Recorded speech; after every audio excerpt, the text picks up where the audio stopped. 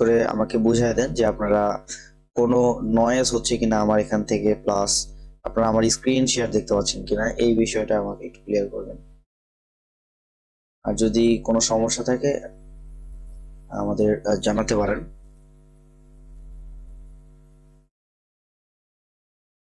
আচ্ছা, আমি অনেকজন হ্যান্ড রাইজ দেখতে পাচ্ছি, যার কারণে আমি কিছুটা বুঝতে পারতেছি যে আমার যে ভয়েস এবং স্ক্রিন শেয়ার মেবি আপনারা দেখতে পাচ্ছেন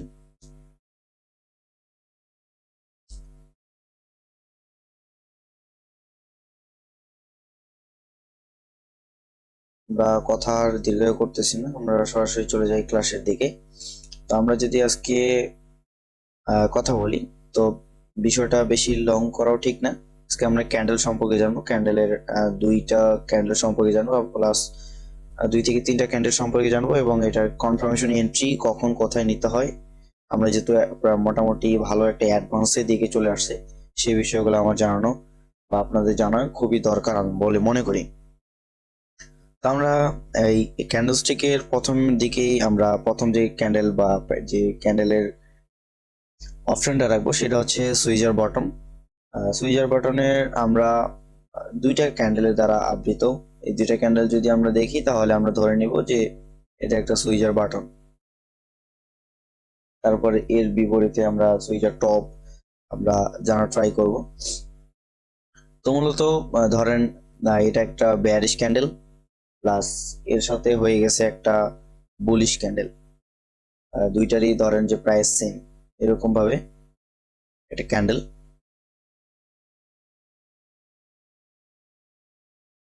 দুইটা ক্যান্ডেল, তো এই 2টা ক্যান্ডেলের হচ্ছে 2 দিকে 2টা উইক, মানে একটা মোটিভ আগে থেকে আমাদের কোনো কিছু করা থাকে না। আপনাদের বোঝার্থের ক্ষেত্রে এটা আবারও নতুন ভাবে মনে করি যে আপনাদের সামনে করা বেটার। ঠিক আছে, তো এটা একটু এদিক ওদিক হয়ে যাচ্ছে, তো একটু বুঝে নেবেন আপনারা। ধরেন এটা একটা ক্যান্ডেল, প্লাস এটা একটা বুলিশ ক্যান্ডেল। এটার যে কালারটা সেটাও আমরা যদি চেঞ্জ করে দিই, প্লাস একটা উইক, ধরেন এটা ওয়ে টু উইক। তো সুইচার বাটনের যে বিষয়টা দাঁড়ায় মূলত,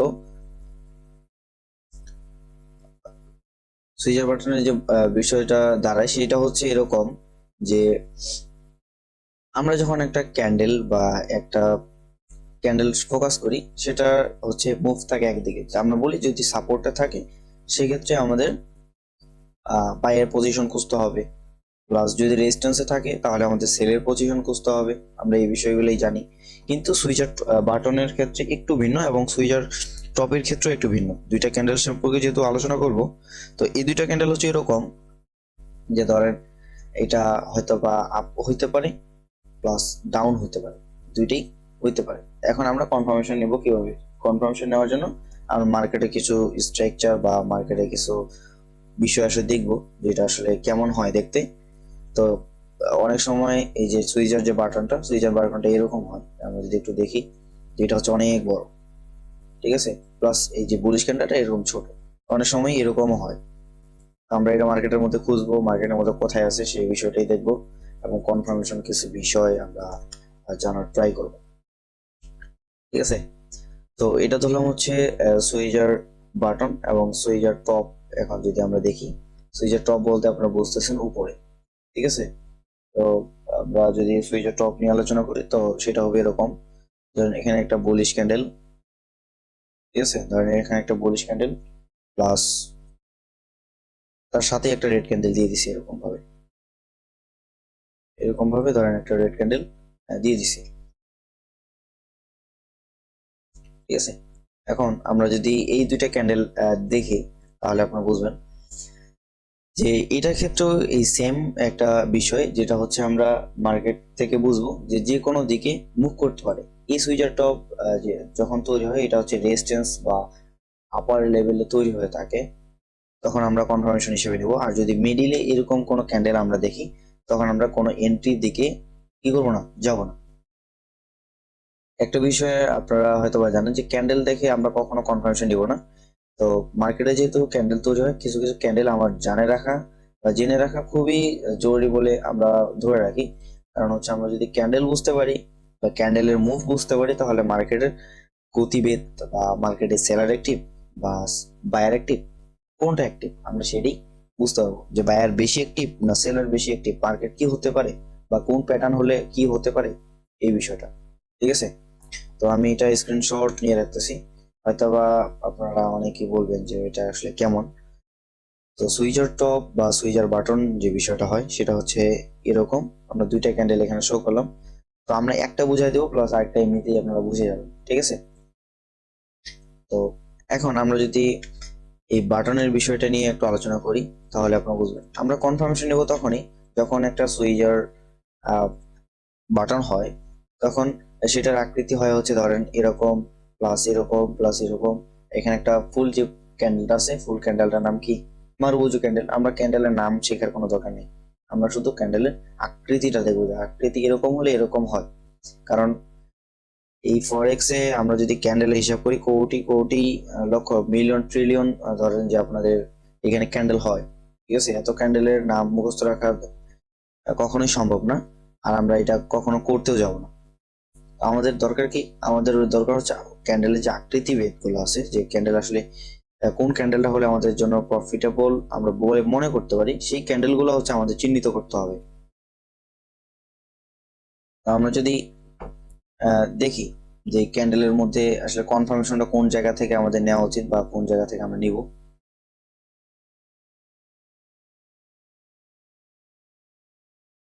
সুইচার যে বাটনটা, এখন আমরা ধরেন এখানে একটা রেজিস্ট্যান্স বা সাপোর্ট, সরি ধরেন এখানে একটা সাপোর্ট বা একটা সাপোর্ট এরিয়া।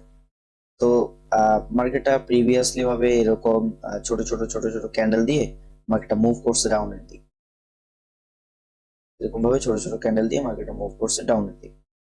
প্লাস আমরা অনেকেই যে বিষয়টা করি যে ধরেন যে এখানে একটা ক্যান্ডেল দিয়ে দিছে, সেটা হচ্ছে আমরা ধরে নিলাম যে যে রেজিস্ট্যান্স আছে সেটা হচ্ছে একটু নিচে নেমে আমাদের যে বুলিশ যে ক্যান্ডেলটা আছে সেটা অটোমেটিক্যালি বুলিশ যে ক্যান্ডেলটা আছে সেই ক্যান্ডেলটা এখানে ক্লোজ করে দিছে।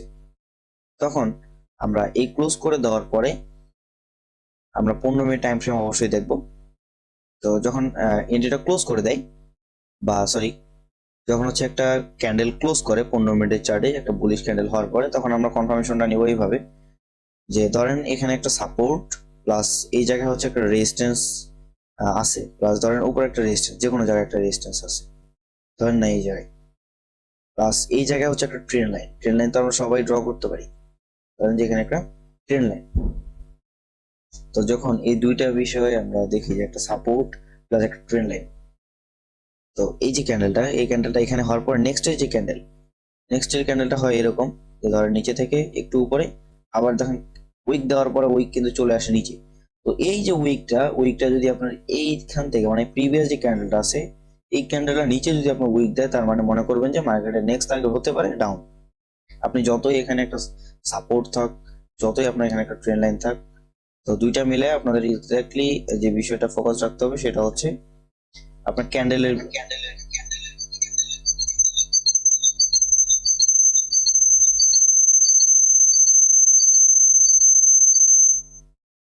ক্যান্ডেলের ভেদাভেদ।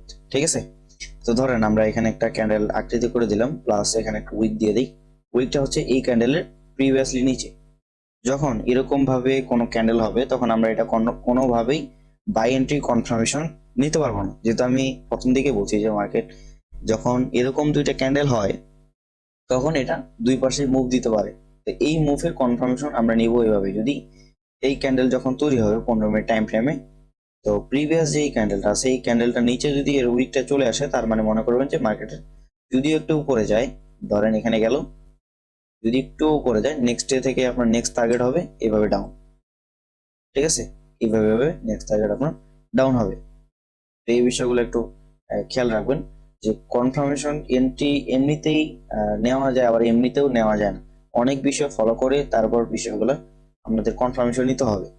আর যদি এই ক্যান্ডেলের উপরে ধরেন এতটুকু আপনার উইক দিয়ে দিল, তাহলে আপনি কি করলেন কনফার্মেশন হিসেবে আপনি এই জায়গায় একটা বাই এন্ট্রি নিতে পারবেন, নেক্সট টার্গেট রাখতে পারেন উপরে। ঠিক আছে, এবং এসএল এর যে বিষয়টা আমরা একটু অগোছালো ভাবে ক্লাসটা মানে সঞ্চালন করার ট্রাই করতেছি। তো কিছু খুঁটিনাটি বিষয় বা যেগুলোর মধ্যে প্রবলেমে পড়েন সেই বিষয়গুলো নিয়ে আলোচনা করবো শেষের দিকে। তো ধরেন এসএলটা থাকবে হচ্ছে এই যে নিচে, প্লাস টিপি রাখলাম হচ্ছে এই রেজিস্ট্যান্সের একটা ফিবোনাচি। যদি আমরা ফিবোনাচি ক্লাস সামনে দেখবো, এটা আমরা আজকেই প্যারা দিতে পারছি না। ফিবোনাচি দুই একটা টুলস, দুই তিনটা টুলস এগুলো হচ্ছে মার্কেটে খুবই খুবই কাজ করে, সেই টুলসগুলো নিয়ে আমরা আশা করি আলোচনা করব। তো সেই ফিবোনাচি ড্র করার পর আমরা যে লেভেলটা পাবো সেটা হচ্ছে টিপি রাখবো, এবং এই জোনের 20 থেকে 30 পিপস নিচে আমরা অবশ্যই অ্যাসেট ব্যবহার করবো। ঠিক আছে, এই বিষয়টা আশা করি আপনি বুঝছেন। তো এটা হচ্ছে বুলিশের ক্ষেত্রে হবে, বেয়ারিশের ক্ষেত্রেও সেম। ঠিক আছে, প্রিভিয়াস ক্যান্ডেল যদি ইনস্ট্যান্ট যে ক্যান্ডেল আছে সেই ক্যান্ডেলটার উইক যদি প্রিভিয়াস ক্যান্ডেলটার নিচে চলে যায়, ধরেন এইভাবে চলে গেছে, তার মানে ধরে নেবেন এটা হচ্ছে ইনভ্যালিড, এটা ভ্যালিড না, বা মার্কেটের বাই পজিশন বা বাই এন্ট্রি নেওয়ার জন্য প্রযোজ্য আমরা বলে মনে করি না কনফার্মেশন। হয়তোবা অনেক কারণে হয়ে অনেক সময় হয়ে যায়, কিন্তু কনফার্মেশন ভাবে এন্ট্রি কখনো আমরা এটা বলতে পারবো না।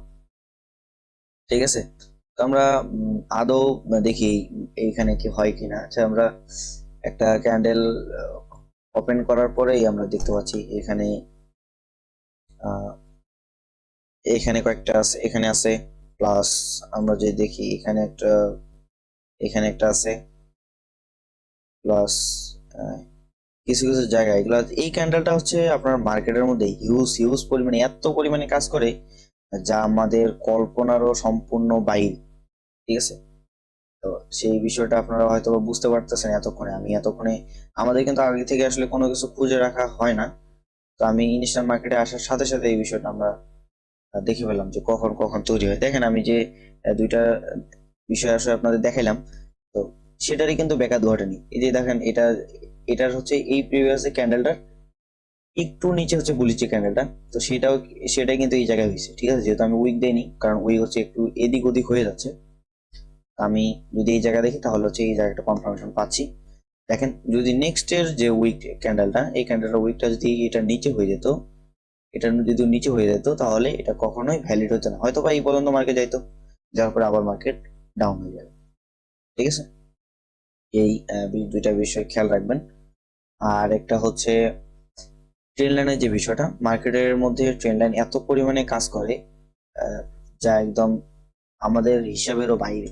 কারণ আমরা যখন একটা ট্রেন লাইন ড্র করি মার্কেট, আমরা জানি যে তিনটা ট্রেন্ডে চলে, আপনার হচ্ছে আপ ট্রেন্ড, ডাউন ট্রেন্ড, একটা হচ্ছে সাইড ওয়ে বা রেঞ্জি। ঠিক আছে, তো এই তিনটা ট্রেন্ডে কিন্তু মার্কেট চলে। আর আমরা মার্কেটের মধ্যে যে জায়গাগুলো খুঁজে বের করি, এই জায়গাগুলো হচ্ছে স্ট্রং। ঠিক আছে, তো আশা করি দুইটা বিষয় একটু ক্লিয়ার। আমি অনেকক্ষণ কথা বললাম, কথা বলার পিছনে একটু কোঅর্ডিনেটিভ কিছু বিষয় ছিল যেগুলো হচ্ছে আপনাদের বোঝানো। আমার মনে হয় যে একজন আপনারা যেহেতু সামনের দিকে ট্রেডার হিসেবে হবেন বা ট্রেড করবেন,